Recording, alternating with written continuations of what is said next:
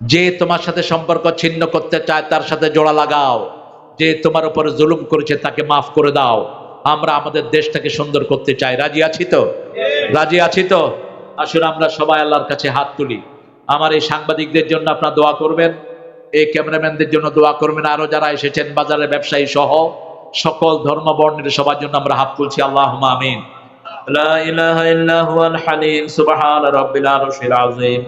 আল্লাহুম্মা সাল্লি ওয়া সাল্লিম আলা নাবিয়িনা মুহাম্মদ ওয়া আলা আলিহি ওয়া সাহবিহি ওয়া বারিক ওয়া সাল্লিম।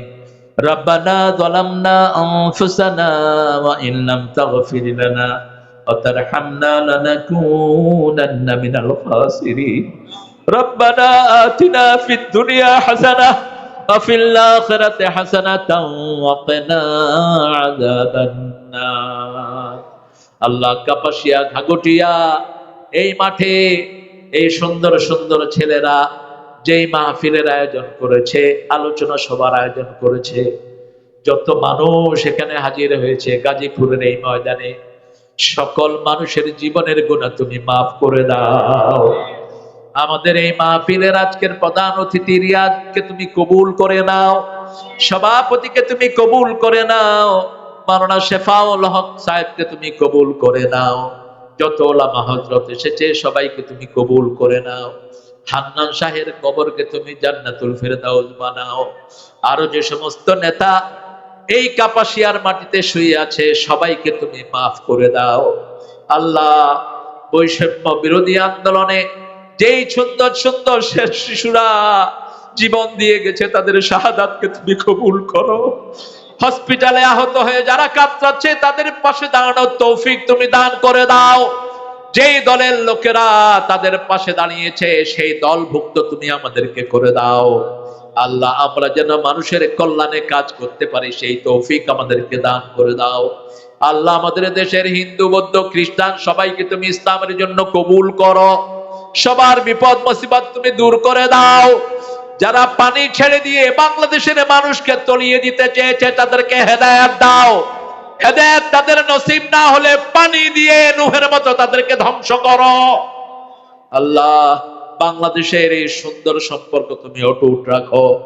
আমি দেখেছি বহু হিন্দু মসজিদের মধ্যে আশ্রয় নিয়েছে আর মুসল্লিরা তাদেরকে পাহারা দিয়েছে। আল্লাহ, এই সুন্দর সম্পর্ক তুমি বজায় রাখার তৌফিক দান করে দাও। মাওলানা শেফাউল হক সাহেব সহ সালাউদ্দিন সহ যত আলেম এখানে হাজির হয়েছেন সবাইকে তুমি কবুল করো। সকল স্কুলের ছাত্র ছাত্রীদেরকে পরীক্ষায় কামিয়াবি দান করে দাও। যত ক্ষতি হয়েছে দেশের তোমার রহমত দিয়ে তুমি মালামাল করে দাও। আল্লাহ রাব্বুল আলামিন, যেই ছেলেরা যেই সংগঠনের আয়োজনে এই প্রোগ্রামটা হয়েছে এই ছেলেগুলোকে তুমি কবুল করো। এদেরকে যারা সাহায্য করে তাদেরকে তুমি কবুল করো। আল্লাহ রাব্বুল আলামিন, বারবার মনে পড়ে আল্লামা সাঈদীর কথা। আল্লাহ রাব্বুল আলামিন, আল্লামা সাঈদী রাহিমাহুল্লাহকে তুমি জান্নাতুল ফেরদাউস নসিব করে দাও। আল্লামা সিফায়েতুল্লাহ সাহেবকে তুমি জান্নাতুল ফেরদাউস নসিব করো। আল্লামা লুৎফুর রহমান সাহেবকে তুমি জান্নাতুল ফেরদাউস নসিব করো। আল্লামা রফিক সাঈদীকে তুমি মাফ করে দাও। আল্লামা যত মাসুম সাহেব সহ যত আল্লামা মারা গেছেন সবাইকে তুমি মাফ করে দাও। আল্লাহ, যত ওলামা হযরত এখন দুনিয়াতে আছে বিশেষ করে বাংলাদেশে সবাইকে তুমি এক প্ল্যাটফর্মে এনে দাও। আল্লাহ, ঐক্যের জন্য যারা চেষ্টা করে সব বিপদ থেকে তাদেরকে হেফাজত করো। আল্লাহ, আমরা যেন মানুষের জান মালের নিরাপত্তা দিতে পারে সেই তৌফিক আমাদেরকে দান করে দাও। সভাপতির আত্মীয় মারা গেছে তাদেরকে জান্নাত নসিব করে দাও। আল্লাহ, সকল ব্যবসায়ীর ব্যবসায় তুমি বরকত ঢেলে দাও। আমার মোবারকের স্ত্রীকে তুমি জান্নাতুল ফেরদাউস দান করো। আল্লাহ, জানি না কার জানাজার কাপড় দোকানে এসেছে, কার জীবনের শেষ মুনাজাতে এই মুনাজাত জানি না। আজকে খুব মনে পড়ছে শেফাউলের ভাইয়ের কথা, যিনি তাফসীরুল কোরআন মাহফিলে আমার সাথে বসে থাকতেন, আজকে তিনি দুনিয়ায় নাই। আল্লাহ, তুমি তাকেও জান্নাতুল ফেরদাউসের বাসিন্দা বানিয়ে দাও। আমাদেরকে ইসলামের জন্য তুমি কবুল করো, কোরআনের জন্য কবুল করো। এদেশের ভাগ্যকে তুমি কোরআন দিয়ে বদলিয়ে দাও। মৃত্যুর সময় যখন দুয়ারে আসবে সবার জবানে তুমি জারি করে দিও লা ইলাহা ইল্লাল্লাহু মুহাম্মাদুর রাসূলুল্লাহ।